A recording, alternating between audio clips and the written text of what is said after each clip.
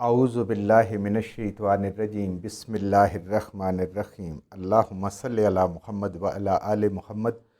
اللہ جل شانہ کا بے حساب کرم احسان اس ذات کا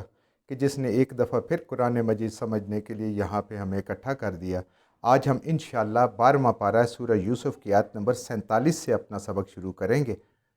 12واں پارہ سورہ یوسف آیت نمبر 47۔ اعوذ باللہ من الشیطان الرجیم بسم اللہ الرحمن الرحیم۔ قال تزرعون سبع سنین دأبا فلما حصدتم فذروه فی سنبلہ الا قلیلا مما تأکلون۔ وہ جو قید خانے کا ساتھی تھا جو بھولا ہوا تھا، پچھلے سبق میں ہم نے یہ پڑھا تھا کہ اس کو یاد آیا اور اس نے بادشاہ سے اجازت لے کے وہ قید خانے میں آیا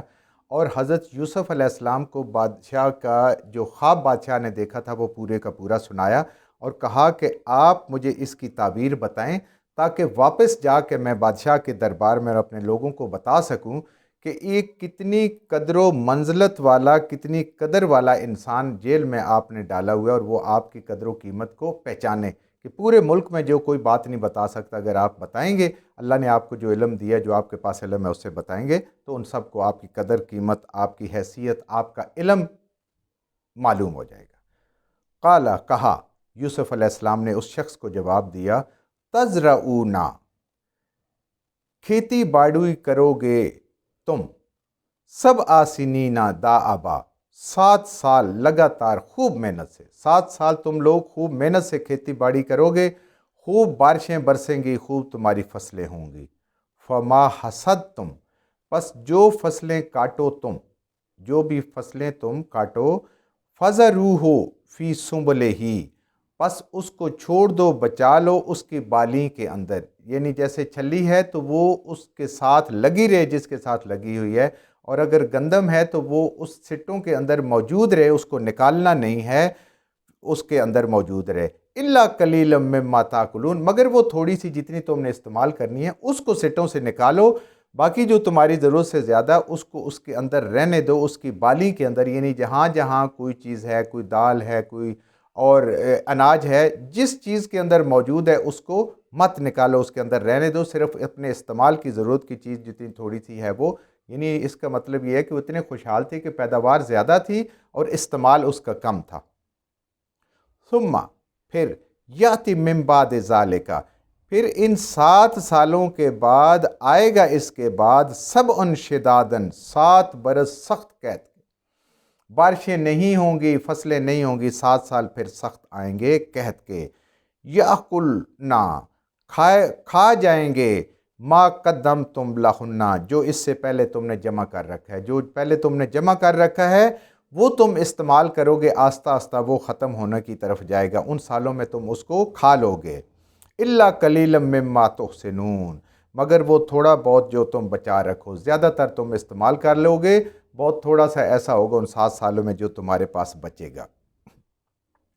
اب دیکھیں حضرت یوسف علیہ السلام نے ان کو خواب کی تعبیر بھی بتائی اور ساتھ ہی یہ بتایا کہ تم کس طریقے سے ان 7 سالوں کے لیے غلے کو محفوظ کر سکے، تو ان کے اپنے خوشوں کے اندر ہی رہنے دے، جہاں پہ غلہ پکتا ہے، جہاں پہ کوئی دالیں، گیہوں وغیرہ جو چیز بھی ہے کھانے والی وہ پکتی ہے، اس کے اندر رہنے دے۔ دونوں چیزیں بتا دیں،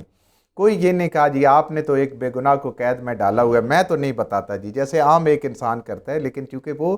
بہت بلند کردار کے انسان تھے، بہت عظیم اور صبر والے انسان تھے، انہوں نے یہ بھی بتا دیا اور ساتھ ہی خوشخبری دی۔ ثم یاتی من بعد ذالک، اور پھر آئے گی اس کے پیچھے، اس کے بعد، ذالک، اس کے بعد، آمن، ایک برس، فیہ، جس میں، یغاث الناس وفیہ یعصرون، جس میں خوب باران رحمت ہوگی، ان 7 سالوں کے بعد ایک سال اگلا ایسا آئے گا کہ جس کے اندر خوب اللہ تعالیٰ کی رحمت کی بارشیں ہوں گی لوگوں پر، لوگوں کے لیے، وفیہ یعصرون، اور وہ خوب سیرابی سے، شادابی سے اپنے تیل نکالیں گے، شراب نکالیں گے، جو بھی اپنے وہ، یعنی اتنی بارشیں ہوں گی کہ پھلوں میں بھی رس ہوگا، جو باقی اناج ہے وہ بھی بہت رس والا اور اچھا اور بہترین قسم کا ہوگا، یہ بھی آ گئے۔ تو اس 7 سالوں کے بعد جو قحط والے ہیں اس کے بعد جو خوشحالی آ رہی ہے یوسف علیہ السلام نے اس کی بھی پیشین گوئی بتا دی، اس کو بھی چھپا کر نہیں رکھا کہ انہوں نے میرے ساتھ ظلم کیا ہے، زیادتی کی ہے، میں بتاؤں نہیں، یہ ہوتے ہیں اللہ کے نیک بندے۔ کچھ بھی نہیں، خوشحالی کی بھی خبر دے دی، بدحالی کی بھی خبر دے دی، اور بچنے کا طریقہ بھی بتا دیا، کچھ نہیں چھپایا۔ ایسے ہی انسان کے پاس علم آنا چاہیے دوسروں کو فائدہ پہنچانے کے لیے، کہ انسان کو چھپا کے نہ رکھے۔ آج تو بہت ساری چیزیں ہم دوسروں کو اس لیے نہیں بتاتے کہ انہیں پتہ چل گئی تو شاید ہمارا رزق بند ہو جائے گا۔ یہ بہت کامن سوچ ہے، ایسا نہیں ہے۔ اللہ تعالیٰ کے پاس جس کو یقین ہو میرا رزق ہے، اس کا کوئی بند نہیں کر سکتا، کوئی بند نہیں کر سکتا۔ علم کو، ہنر کو چھپا چھپا کے رکھتے ہیں۔ یہ دیکھیں نا ہمارے ہاں حکمت کیوں ختم ہو گئی ہے، کہ ان حکیموں نے اپنے علم کو چھپا چھپا کے رکھا، کسی اپنے بیٹے کو بھی نہیں بتایا، شاگرد کو بھی نہیں بتایا، آج وہ ختم ہو گئے۔ اور جنہوں نے اپنا فارمولہ لکھ کے دوائی کے اوپر لکھ دیا، ڈبے کے اوپر اور کاغذ کے اوپر لکھ دیا، وہ آج کتنی ترقی کر گئے ہیں کہ اس کے بغیر کسی کا گزارا ہی نہیں ہے۔ اور وہ حکمت کی دوائیاں، بہترین قسم کا علاج جس کے کوئی سائیڈ ایفیکٹ بھی نہیں تھے، وہ سارے کے سارے اپنی موت آپ مر گئے، کیونکہ ہم نے چھپا کے رکھا۔ تو یوسف علیہ السلام نے اپنے علم کو پورے کا پورا ان لوگوں تک منتقل کر دیا جتنا اللہ تعالیٰ نے ان کو دیا ہوا تھا۔ وقال الملک، اور یہ ساری باتیں جب واپس آ کے اس نے بتائیں اپنے آقا کو، اپنے بادشاہ کو، بادشاہ شاہ مصر کو، اُوتونی بہی، انہوں نے کہا اس شخص کو یعنی حضرت یوسف علیہ السلام کو میرے پاس لے آؤ، اس شخص کو بلاؤ، اتنے علم والا اتنا عظیم انسان کدھر ہے، اس کو بلائیں۔ فلما جاءہ الرسول، پس جب ان کے پاس آئے بادشاہ کے بھیجے ہوئے اس ایلچی قاصد جب ان کے پاس پہنچے رہائی کا پروانہ لے کے کہ یوسف علیہ السلام آپ کے لیے جیل کے تالے کھل گئے ہیں، جیل کے دروازے بادشاہ کے حکم سے کھل رہے ہیں، آپ وہ ان کے پاس آئے۔ قالا، کہا، تو حضرت یوسف علیہ السلام نے کہا ارجع الی ربک، واپس لوٹ جاؤ اپنے آقا کے پاس، اپنے آقا کے پاس واپس لوٹ جاؤ۔ میں اس بات پہ خوش نہیں ہوں کہ جیل کے تالے، جیل کے دروازے بادشاہ کے حکم پہ کھل جائیں اور میں بھاگتا ہوا باہر آ جاؤں، نہیں، واپس اس کو جاؤ۔ فاسألہ، اور اس سے پوچھو، اس سے سوال کرو بادشاہ سے، ما بال النسوۃ اللاتی، کیا ہوا ان عورتوں کا، کیا معاملہ ہوا، کیا حال ہے ان عورتوں کا، اللاتی قطعنا ایدیہن، جنہوں نے اپنے ہاتھ کاٹ لیے تھے، جنہوں نے ہاتھ کاٹ لیے تھے مجھے دیکھ کر، اور اس کے بعد وہ مجھے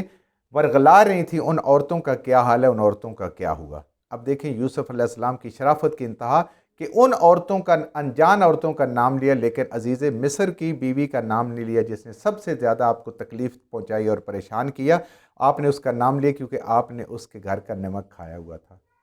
کیا آج یہ ہمارے اندر اتنا صبر، اتنی بات، اتنا حوصلہ کسی انسان میں موجود ہے؟ یہ اللہ تعالیٰ ہمیں سبق سکھا رہے ہیں، کیونکہ زندگی میں کئی مقامات ایسے انسان پہ آتے ہیں۔ ان ربی، بے شک میرا رب، بکیدہن علیم، جو کچھ بھی وہ چال مکر کر رہی تھی میرا رب جانتا ہے، میرا رب جانتا ہے، تو کیا بادشاہ کو بھی ان حالات کا علم ہوا ہے؟ قالا، کہا، سب عورتوں نے بادشاہ کے پاس جب واپس آئے، بادشاہ نے سب عورتوں کو جمع کیا، قالا ما خطبکنا، اور انہوں نے، بادشاہ نے ان ایک عورت سے فردن فردن ہر عورت سے پوچھا حال تمہارا، اس وقت مجھے وہ حالات بتاؤ، اذ راودتن فی یوسف، جب تم یوسف کو اپنی طرف مائل کر رہی تھی، ایک ایک اپنی بتاؤ کہ جس نے یوسف علیہ السلام کو گناہ کی طرف اپنی طرف مائل کیا ہے اس کا مجھے حال بتاؤ، فردن فردن۔ ان نفس ہی، کہ تم نے اس کو اپنی طرف جب مائل کیا، قلنا حاشا للہ، سب کی سب بولی، ساری بولی اللہ کی قسم، اللہ کی عظمت کی قسم، اللہ کی پاکیزگی کی قسم، ما علمنا علیہ من سوء، نہیں ہم نے پائی، نہیں ہمارے علم میں آئی، نہیں ہم نے جانی یوسف علیہ السلام یعنی اس شخص کے بارے میں کوئی ذرہ برابر بھی برائی اور گناہ کی طرف رغبت ہم نے ذرہ بھی نہیں دیکھی۔ اور یہاں پہ قالت امرأۃ العزیز، اور یہاں پہ عزیز مصر کی بیوی بولی، سچ دیکھیں کتنے عرصے کے بعد اللہ تعالیٰ نے جن لوگوں نے ان پہ الزام لگایا تھا وہ اپنے منہ سے سچ بول رہے ہیں اور حضرت یوسف علیہ السلام کی سچائی کی گواہی دے رہے ہیں۔ یہ ہوتا ہے اللہ کے حضور کی ہوئی نیکیوں کا صلہ، جو انسان کو دنیا میں بھی ملتا رہتا ہے لیکن اس کو پتہ نہیں ہوتا، اور آخرت میں تو ملنا ہی ملنا ہے۔ تو خلوص سے کی ہوئی نیکی پاک بازی، شرافت، راست بازی، بلند اخلاق، یہ کبھی رائے گاں جانے والی چیزیں نہیں ہیں۔ تو وہ عزیز مصر کی بیوی بولی الآن، اب حسا الحق، کھل گیا ہے حق۔ جب سچی بات واضح ہو گئی، ان عورتوں نے بتا دی، تو میں بھی سچ بولنا چاہتا ہوں۔ جب سچ ظاہر ہو گیا، اس وقت تو چھپا ہوا تھا، اب میرا خامند بھی ہے، سارے بھی ہیں، یہ سارے بات درباری موجود ہیں۔ جب سچ ظاہر ہو گیا ہے تو اب میں آپ کو بتاتی ہوں، انا روتہ، بے شک میں ہی وہ عورت تھی جس نے بہلایا، پھسلایا، مائل کیا نفس اپنے ذات کے ساتھ گناہ کرنے کے لیے یوسف علیہ السلام کو۔ وَإِنَّهُ لَمِنَ الصَّادِقِينَ، اور بے شک وہ ضرور راست باز ہیں اور سب سے سچے انسان ہیں۔ دیکھیں انہوں نے بھی جو ان پہ الزام لگا کے جو جیل بھیج رہی تھی اور ان کو برائی پہ بال رہی تھی، وہ بھی کہہ رہی ہیں الصادقین، لمن الصادقین، الصادقین، یعنی جو مخلوق میں سچا ہو سکتا ہے اس درجے پہ وہ فائز ہیں سچائی کے، یعنی بہت ہی زیادہ سچے ہیں۔ ذالک لیعلم، تاکہ علم ہو جائے عزیز مصر کو۔ یہ حضرت یوسف علیہ السلام فرما رہے ہیں کہ یہ راز میں نے اس لیے کھولا ہے تاکہ علم ہو جائے عزیز مصر کو، انی، کہ بے شک میں نے لم اخنہ بالغیب، میں نے اس کی عزت میں کوئی خیانت نہیں کی جب وہ غیر موجود تھا۔ جب وہ موجود نہیں تھا اپنے گھر میں تو میں نے اس کی عزت کی طرف آنکھ اٹھا کے بھی نہیں دیکھا، کوئی میں نے خیانت نہیں کی۔ وَأَنَّ اللَّهَ لَا يَهْدِي، اور بے شک میں جانتا ہوں کہ اللہ نہیں ہدایت کرتے، اللہ نہیں کامیاب کرتے قید الخائنین، دھوکہ دینے والے اور بددیانتی کرنے والے کو۔ اپنے مشن کے ساتھ، اپنے آقا کے ساتھ، اپنے رب کے ساتھ خیانت کرنے والے اللہ تعالیٰ کی نظر میں کبھی کامیاب نہیں ہو سکتے، وہ دنیا میں بھی ناکام ہے اور آخرت میں بھی ناکام ہے۔ تو دیکھیں اللہ تعالیٰ کی حکمت کہ حضرت یوسف علیہ السلام انہی لوگوں نے گواہی دی جو ایک وقت آپ کے دشمن تھے، بدترین دشمن تھے، قید میں ڈالنے والے۔ 8 سے 10 سال کی بات ہے، ساری چیزیں ٹھیک ہوئی، لیکن یوسف علیہ السلام کا صبر دیکھیں، یوسف علیہ السلام کا حوصلہ دیکھیں، کردار دیکھیں۔ اللہ تعالیٰ ہمیں اس سے یہ بھی سبق دیتے ہیں کہ تم اس بات کا شکوہ کر کے کہ حالات ایسے تھے، ہم نہیں کر سکتے تھے، کبھی نہیں بچ سکو گے۔ ان حالات میں بھی سچائی کو، اپنے رب کے ساتھ خلوص کو، صبر کو، اعلیٰ اخلاق کو، توکل کو نہیں چھوڑنا۔ الحمدللہ آج ہمارا 12واں پارہ مکمل ہو گیا۔ زندگی رہی تو انشاءاللہ اگلے سبق میں 13واں پارہ شروع کریں گے، اور سورہ یوسف ابھی جاری ہے۔ جو کچھ ہم نے صحیح پڑھا اللہ ہمارے ذہنوں میں، دلوں میں بٹھا دے۔ جہاں جہاں پڑھتے ہوئے بولتے ہم سے غلطی ہوگی اللہ میں معاف فرما دے، اور ان غلط باتوں کو ہمارے ذہنوں سے، دلوں سے اللہ کی ذات نکال دے۔